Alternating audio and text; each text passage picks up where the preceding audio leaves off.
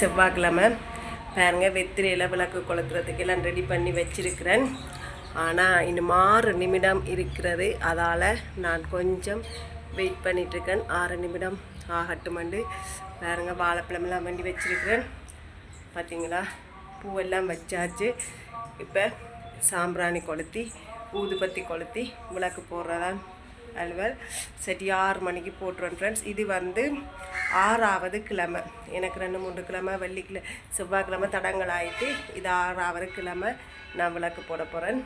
பார்த்தீங்கன்னா சாம்பிராணிக்கு எரியுது. இங்கால குருவியல் காகங்கள் நிற்கிது. பார்த்தீங்களா ஃப்ரெண்ட்ஸ், சாம்பிராணி எரியுது. அப்புறம் பார்த்தீங்கன்னா ஏசப்பாக்கெல்லாம் வச்சாச்சு. நீ 6 மணிக்கு விளக்கு கொளுத்துறதா. இன்றைக்கு சமைக்கல ஃப்ரெண்ட்ஸ், இனித்தான் நான் சமையல் பண்ணணும். ஓகே, நான் இப்போ விளக்க கொளுத்திட்டு உங்களுக்கு எடுக்கிறேன். சரியோ? 6 மணிக்கு கொளுத்திட்டேன் ஃப்ரெண்ட்ஸ். இந்த காமாட்சி விளக்கும் குபேரன் விளக்கும் 5:59க்கு கொளுத்தினான். இது சரி 6 மணிக்கு கொளுத்திட்டேன் ஃப்ரெண்ட்ஸ். ஓகே, நான் சாமி கும்பிட போகிறேன். ஊதுபத்தி சந்தன குச்சி காட்ட போகிறேன். காட்டிட்டு உங்களுக்கு வீடியோ எடுத்து போடுறேன். சரியா ஃப்ரெண்ட்ஸ்? சந்தன குச்சி கொளுத்தியாச்சு. வெளியிலையும் கொளுத்தி உள்ளுக்கும் கொளுத்தி ஏசப்பாக்கும் கொளுத்தியாச்சு. இப்போ சாம்பிராணி பிடிக்க போகிறேன். இப்போ சாம்பிராணி புகை போட்டிருக்கு. இப்போ மேலே சாமிக்கு போகும்.